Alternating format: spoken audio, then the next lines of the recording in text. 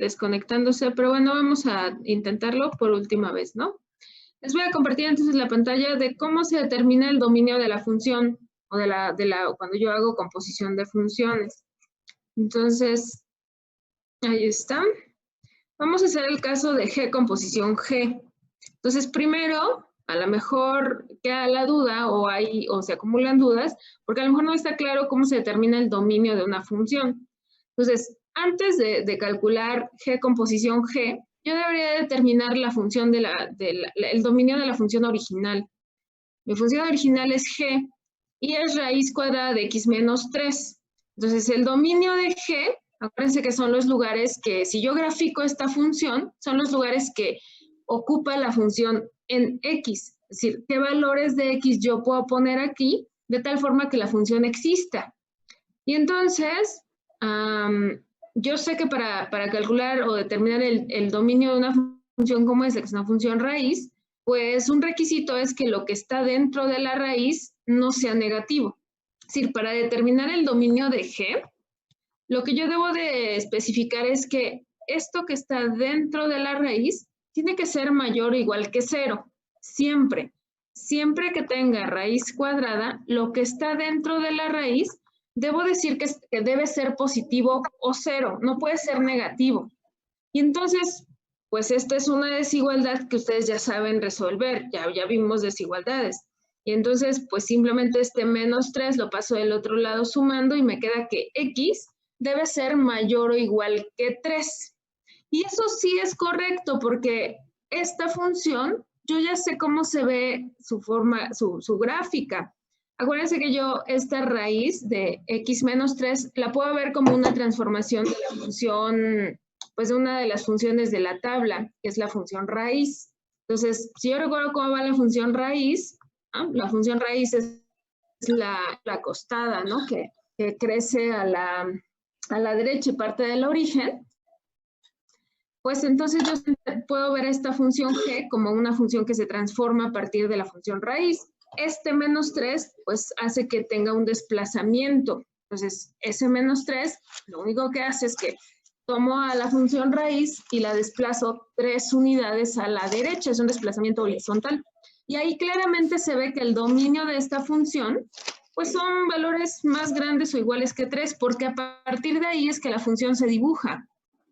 La función se dibuja a partir del 3, ¿no? Sobre el eje X.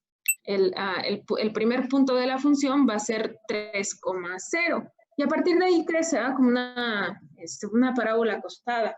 Entonces la puedo graficar. Entonces puedo compartirles, a ver, aquí está Mathway. Me paso a Mathway. Entonces, puedo graficar esa función g de x, ¿no? Ahí está. La función g de x, ahí está graficada.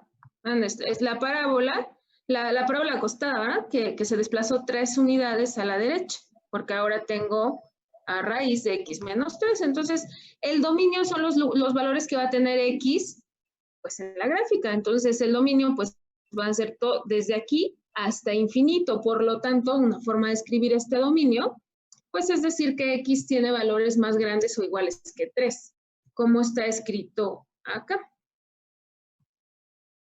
Ese es el dominio de la función. ¿Vale? Entonces ya tengo el dominio de g.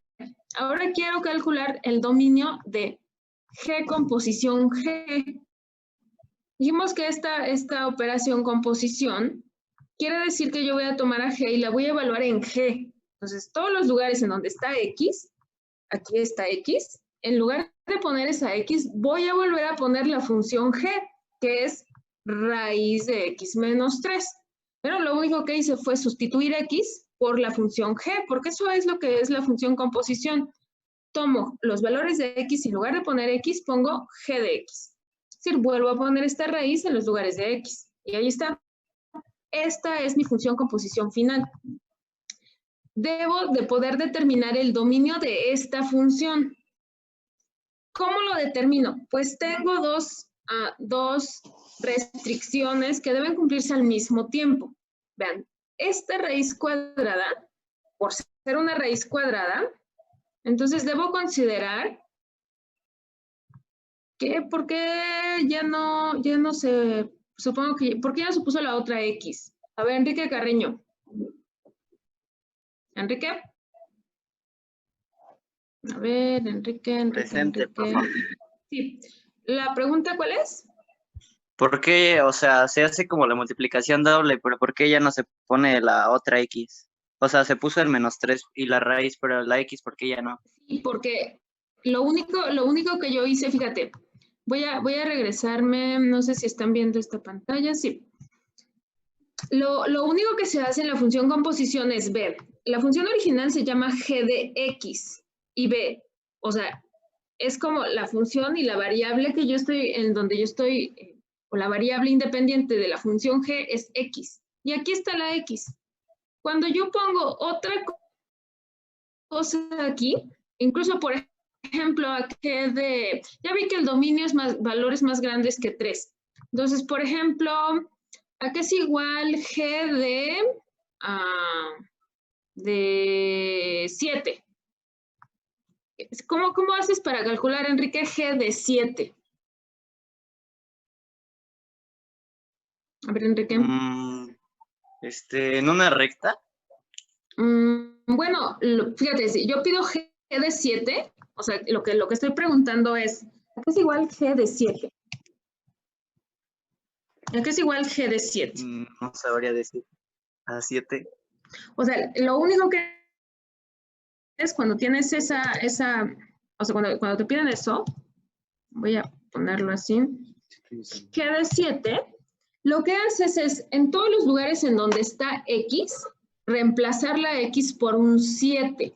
Es decir, va a quedar exactamente esto, pero en lugar de que tú pongas x, ahora ya no pones x, ahora lo que pones es un 7. Eso significa g de 7. Significa que todos los lugares en donde está x, tú lo reemplazas por lo que sea que tú pongas aquí en los paréntesis, lo que sea. Puede ser una letra, un número. No pueden ser valores de x más pequeños que 3, porque entonces la raíz te queda negativa. Entonces 7, pues raíz de 7 menos 3, pues es raíz de 4. Entonces tú aquí fácilmente puedes decir que esto es igual a 2, ¿no? O sea, sin problema, esto es igual a 2, que 7 es igual a 2. No puedes hacer el caso de g de, por ejemplo, ¿qué pasa con g de 0? ¿Qué tendrías que hacer con g de 0? Pues de x o de 7, pues poner un 0. Y te queda raíz de 0 menos 3. Eso es raíz de menos 3. Y raíz de menos 3 no es un número que en este momento nos interese, es un número que no es real. Es imaginario, Entonces profesora. esto es imaginario, ¿verdad? Le voy a poner que no es real. ¿Ah? Esto no es real. Por lo tanto, en este momento, no nos interesa. Por eso es que el 0 no forma parte del dominio de G, porque me va a dar valores que no son reales. Tengo que poner siempre valores más grandes o iguales que 3. ¿Vale? Entonces, eso significa evaluar a la función. Todos los lugares en donde está X, yo lo reemplazo por lo que sea que yo ponga acá.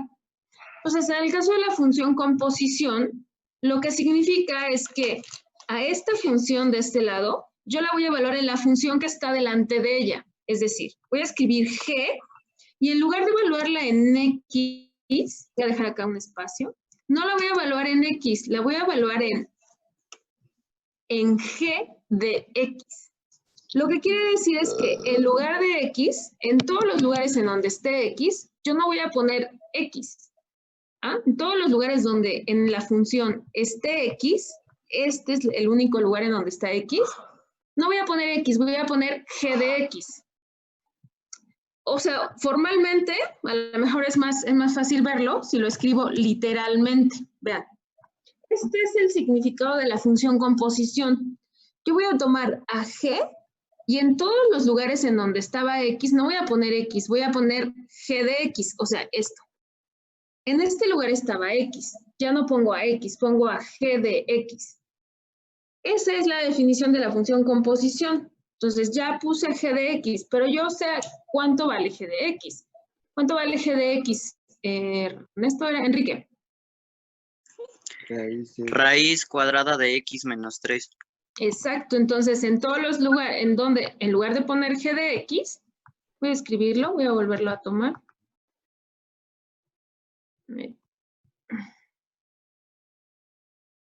Voy a poner, en lugar de g de x, pues pongo la misma raíz, ¿verdad? Esto es lo que vale g de x, así que en lugar de g de x, pues la sustituyo. Por eso es que la función compuesta me queda así. Por eso es que ya no aparece otra x. No es que esté multiplicando, estoy evaluando a g en g misma. Y entonces, lo que quería mostrarles acá es cómo determinar el dominio de esta nueva función. Vean, nuevamente me aparece una raíz cuadrada y otra dentro. A lo mejor la primera restricción, pues es que todo lo que está dentro de esta raíz, pues no puede ser negativo, ¿verdad? Entonces, si yo quiero determinar el dominio, yo tengo que decir que todo lo que está dentro de la raíz cuadrada, todo esto tiene que ser positivo. Es decir, yo tengo que decir que todo esto tiene que ser mayor o igual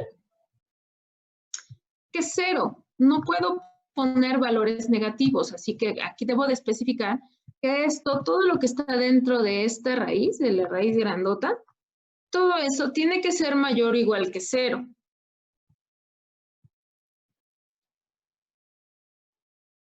Entonces, una vez que hago, esta es la primera restricción, ¿no? O sea, tengo que hacer que todo lo que está dentro de la raíz sea mayor o igual que 0.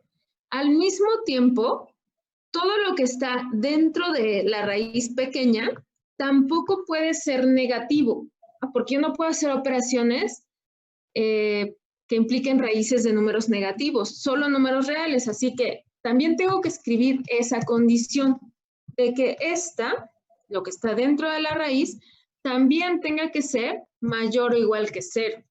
Así que estas dos desigualdades las tengo que resolver. Lo hicimos la clase pasada, pero podemos hacer ahora. Entonces voy a ir escribiendo aquí los pasos. Vean. ¿Cómo resuelvo? ¿Eso se hace solamente cuando hay raíces encimadas? O sea, doble condición, sí. Ajá, ok. La doble condición va a aparecer si yo tengo más de una raíz involucrada. O sea, si tengo 3, entonces aparecerán probablemente 3. Raíces cuadradas o raíces pares. O sea, puede ser raíz cuarta, sexta, octava, ¿no? En general estaremos manejando raíces cuadradas. Y resolvemos la desigualdad. ¿Cómo quito este menos 3? Pues pasa sumando, pues, positivo. Pasa sumando, ¿ah? Entonces, en lugar de tener menos 3 acá, ahora tengo más 3 del otro lado. Y luego, ¿cómo quito la raíz? Pasa elevando al cuadrado. ¿Sí, no? Se va, para quitar la raíz, lo tengo así, elevo ambos lados al cuadrado. Eso hace que desaparezca esta raíz, me queda únicamente lo que tengo dentro. Me queda esto, y del otro lado 3 al cuadrado. O sea, 9, ¿no? Y lo único que me resta es despejar ese menos 3. El menos 3, pues también lo quito sumando, por lo tanto me queda simplemente que x será mayor o igual que 12. Que 12, ¿va? El 3 lo paso sumando, entonces me queda más 3, y pues ya, ¿no? Eso es 12. Lo escribo de una vez aquí, 12. Para el otro ya lo habíamos hecho, ya está arriba, ¿verdad? Es esta misma condición. Entonces, para la otra me queda, el 3 pasa sumando y simplemente x es mayor o igual que 3. Estas dos condiciones, lo voy a marcar en rojo, deben cumplirse al mismo tiempo. Es decir, matemáticamente se dice que es la intersección de ambos, ¿no? Ambos intervalos. O en una recta numérica sería en la zona donde se enciman. Y donde se enciman es esta región. Por lo tanto, ese es el dominio de la función g con posición g. ¿Dudas? Voy a ponerla ahí. ¿Y ya cómo se presentaría ya, o sea, bueno, para los dominios, nada más se pone X tal que X mayor o igual que 3, coma, X mayor o igual que 12? Mira, el dominio, aquí lo voy a escribir así como está aquí. El dominio, yo lo puedo escribir, por ejemplo, sí, claro, bueno, y no es el dominio de G, es el dominio de G con posición G. Se escribe como subíndice, pero lo voy a escribir así ahorita. El dominio de G con posición G es X tal que, pues X es mayor o igual que 12.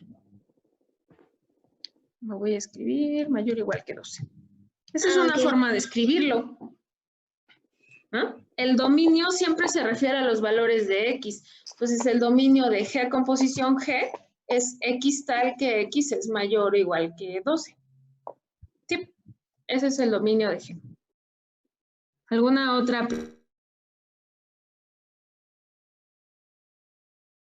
duda? Bueno, esa fue la pregunta de Vania, ¿no? Dice Raúl, en los ejercicios, ¿cómo haces de la función compuesta saber que